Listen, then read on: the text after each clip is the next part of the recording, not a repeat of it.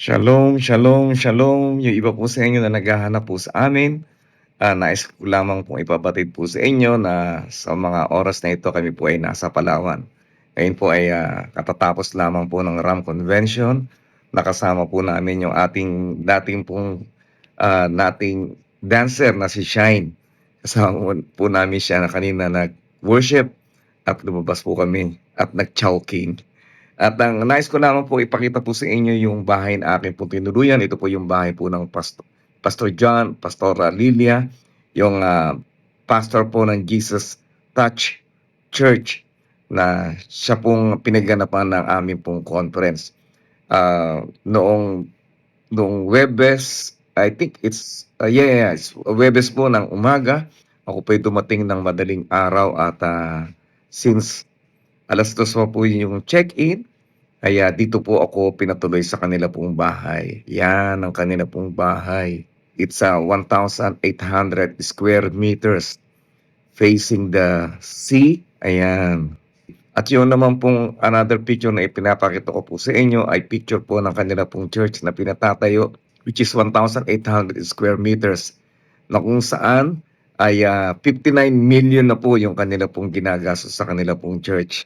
At ako po yung naniniwala na marami pa po silang gagastusin, pero ang Diyos po ang nagpo-provide ng kanila pong mga pangangailangan. Amen? At ako po yung naniniwala na anuman din po ang inyong pangangailangan ay kayang tugunin ng ating Panginoon. So sa umagang ito ay nais ko lamang pong ibigkasin o ituro ang topic na prosperity with purpose, the economics of God's favor. Tunay nga na pagka tayo pinagpapala ng Panginoon, financially o materially, ito ay meron pong purpose. Meron po itong kadahilanan. Hindi lamang po tayo pinagpapala ng Panginoon dahil para sa ating pong sariling comfort, para sa sarili po nating luho. Nais po ng Panginoon na tayo ay maging pagpapala sa body of Christ. Okay, sa kanya pong iglesia. Kaya ngayon po babasahin po natin yung Proverbs chapter 3 verses 9 and 10. Sabi ito, honor the Lord with your wealth, with the first fruits of all your crops, then your barns will be filled to overflowing. Okay? And then yung iba pong mga verse, basahin din po natin. Sa Malakay 3:10, bring the whole tithe into the storehouse that there may be food in my house. Test me in this, says the Lord Almighty, and see if I will not throw open the floodgates of heaven and pour out so much blessings that there will not be room enough to store it. Amen? So sino po yung gusto dito na meron kang mga biyaya na nag-uumapaw talagang parang hindi mo na kayang bilangin? Amen? Ako po gustong-gusto ko po yan. Dahil ang Diyos po natin, ang siyang nangako, siguradong kanyang tutuparin.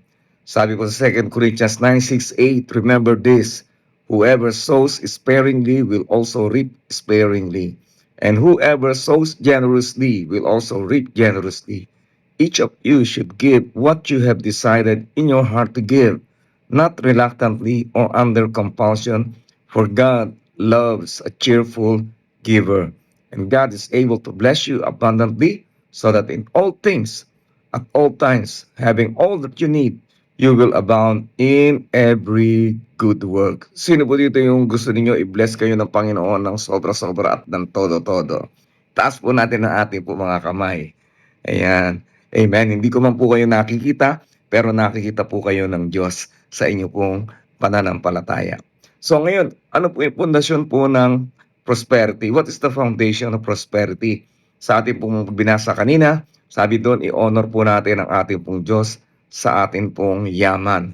At ako po naniniwala na ang bawsa po sa inyo hindi po mananatiling mahirap sa pagsunod po natin, sa pananampalataya po natin, sa pagsasamba po natin, sa patuloy po natin pakikinig at pagbubulay-bulay ng kanya pong salita, ay siguradong ikaw ay pagyayamanin ng ating pong Panginoon. Pero ano po ba yung kahulugan po noon? Honoring God isn't just about giving, hindi lamang po ito ipabigay-bigay, kundi kinikilala po natin sa kanya galing kung ano ang meron tayo. When we honor God with our finances, we declare our trust in His provision and His plan for our lives. Pagka inuna po natin ang Panginoon, hindi pamilya mo, hindi sarili mo, inuna mo siya, ay siguradong-siguradong ikaw ay pagkakatiwalaan ng Panginoon ng mas malalaki sa hawak mo ngayon.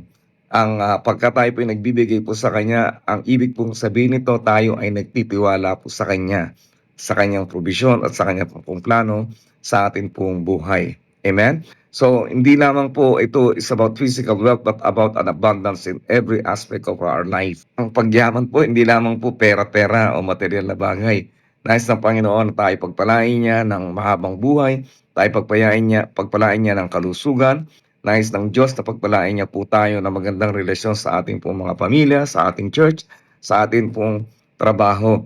At kung si Lord ang ating pong boss, kahit kailanman ay hindi ka na magkukulang. Hindi ka na palaging mangungutang.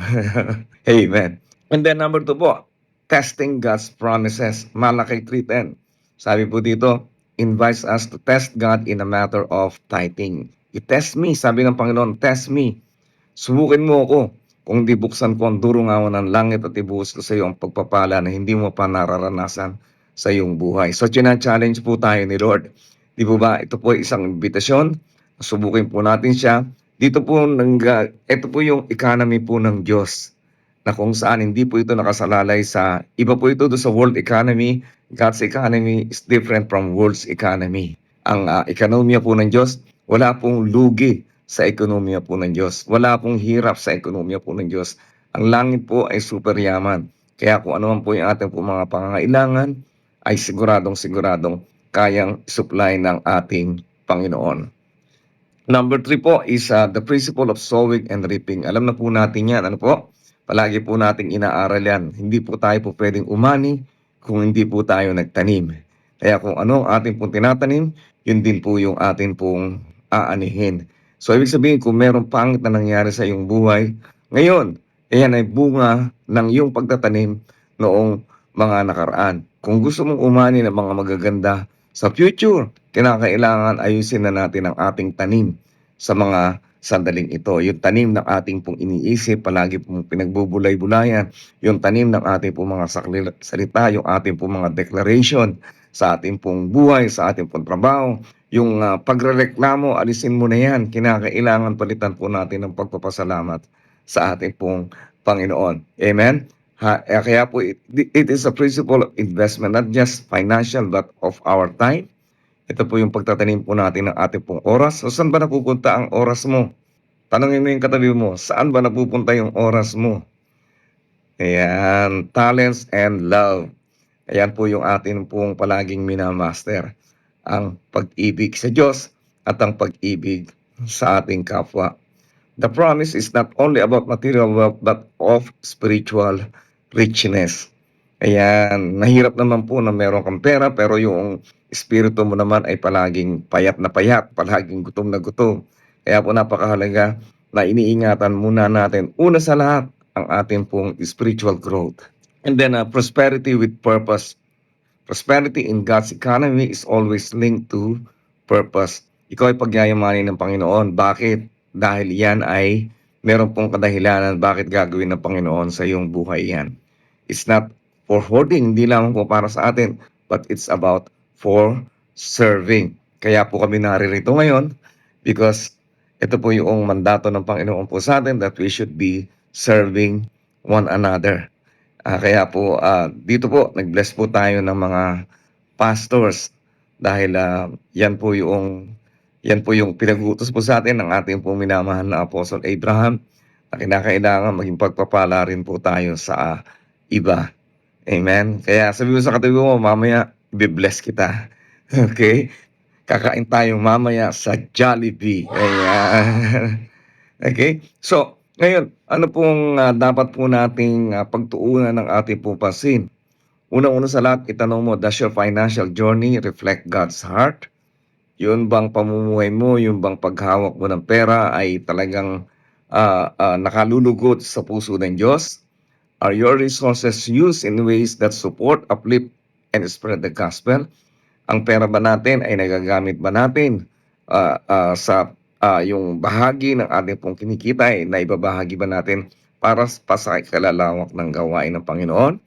If it's check, let's continue to do so. Patuloy po natin gawin ito dahil ito po yung sikreto kung paano patuloy na aagos ang biyaya ng Diyos sa ating pong buhay. Then so ano po yung ating pong gagawin? Meron po tayong mga konting points po na nice po na sundan po natin. Always give the first and best, not the excess.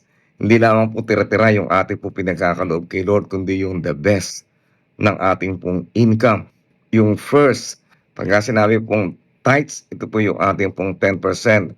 Pero ang ABCF Church, ang pastor po ninyo, hindi po namimilit. We should give it willingly. Ito po ay dapat po ay binibigay po natin ng maluwag sa atin pong puso. Number 2, test God's promises. Why? Because it never fails. Wala pong pangako ang Diyos na hindi niya tinupad. That is His character. God is love. God is generous. God is our provider. God is our healer. God is a very, very generous God, and He is a faithful God who never failed in His promises. Hindi po niya nakakalimutan ang kanya pong mga magagandang pangako sa atin. Then number 3, sow generously with joy. Magtanim po tayo ng palagi pong meron pong kagalakan sa atin pong puso. Amen? Kaya kanina po, balikan po natin yung number 2. Ano po? Dapat po maging consistent po tayo sa ating pong pagbibigay. I-check po natin. Alam niyo po, nabibless po ako dun po sa isa pong lawyer na lumaki rin po sa church. Ngayon po ay pastor na rin po siya, and then also worship leader. Siya po yung sumundo po sa akin nung pagdating ko from Manila. Madaling araw niya ako sinundo. Very, very humble, and then soft-spoken, have a servant heart, at very loving. At ang isa pa po sa nakakatuwa po nun, shinare po niya that last year, ang ibinigay po niya sa kanya sa church, 1 million. Ang total po ay 1 million po ang kanya pong giving. Amen? Sabi mo nga sa katabi mo, ngayong taong ito, magbibigay din tayo ng 1 million sa gawain ng Panginoon. Sige, sabihin mo. Okay. And then number 4 po ay let's align wealth with divine purpose. So, ano po ang ating po gagawin? We have to evaluate our financial goals and possessions. Evaluate po natin saan ba napupunta ang ating pong pera. Puro lang ba po sa pamilya? Puro lang ba sa mga bagay na luho? Puro lang ba sa pagkain? Puro lang ba sa damit? Puro lang ba sa handbag? I-assess po natin ang ating pong mga ari-arian. So, how can these resources serve God's kingdom? Paano ba tayo magagamit ng Diyos para lalo pang mapalawak ang kanyang kaharian dito sa lupa? Kaya po, let's develop a plan to use portion of your prosperity and address community needs. Okay, so ang nais ko po, one day, magsama-sama po tayo mag-missions para po mas lalo pa nating makatulad ang ating Panginoong Hesukristo. Okay, so ulitin lamang po natin yung ating pong applications. Number 1, give the first and best to God, not the excess. Number 2, test God's promises. It never fails. Number 3, sow generously with joy. Number 4, align wealth with divine purpose. As we have explored God's favor in finances, hindi lamang po ito puro pagyaman. Ano po? Ito po ay para mas lalo pang makita ng mundong ito kung paano tayo bilang anak ng Diyos ay nakakatanggap ng mga malalaki at magaganda sa kanyang kaharian. As a children of God, bilang anak po ng Diyos, we must be good in stewardship. Dapat po, ma-manage po natin ng maayos ang lahat ng mga pinagkatiwala niya po sa atin. Ang ating pong trabaho, ayusin po natin. Ang ating pong finances, ayusin po natin. Ang ating pong oras, ayusin din po natin. Yung ating mga sinasabi, ayusin din po natin. Amen? So, maya-maya po, we will continue to share God's word sa bawat isa. And I just pray na maunawaan po natin at dalangin ko na mas lalo pa mag-umapaw ang biyaya ng Diyos sa inyo pong buhay. So let's pray po. Hallelujah, hallelujah, hallelujah. Can we all stand up? Pwede po ba tayong tumayo? Hallelujah. Father God, once again, we just want to thank you for this wonderful day that you have given unto us. We thank you for you are a good God. We thank you for you are a faithful God. Kami po'y lubos-lubos na nagpapasalamat dahil sa mga bagay na yung pinagkakatiwala mo sa amin. Pinagkatiwalaan mo kami ng trabaho, pinagkatiwalaan mo kay Panginoon. Hallelujah. Ng mga resources, ng mga talento, ng oras, O God. Pinagkatiwalaan mo kami ng mga mabubuting mga kaibigan. Pinagkatiwalaan mo kay Panginoon. Hallelujah. Ng ministry sa church. Lord, we just pray at tulungan mo kami na ma-handle, ma-manage ng maayos ang mga pinagkatiwala mo sa amin. Lord, patawarin mo kami kung minsan ay masyado kami naging makasarili, kung minsan, Panginoon, kami ay naging sakim. Patawarin mo kami, Panginoon, kung minsan ay nakukuha namin yung mga bagay na dapat na sa iyo, O Lord. Holy Spirit, help us today na magbago, na mas lalo pang maging masaya sa aming pong pagsiserve sa iyo, maging masaya sa aming pong pagbibigay, maging masaya, Panginoon, hallelujah, na sundin ang lahat ng mga pinag-uutos mo. Lord, muli, ikaw ay aming pong pupurihin sa matamis na pangalan ni Jesus. Amen and amen and amen. I just hope on Wednesday, makita-kita po tayong muli. God bless you all.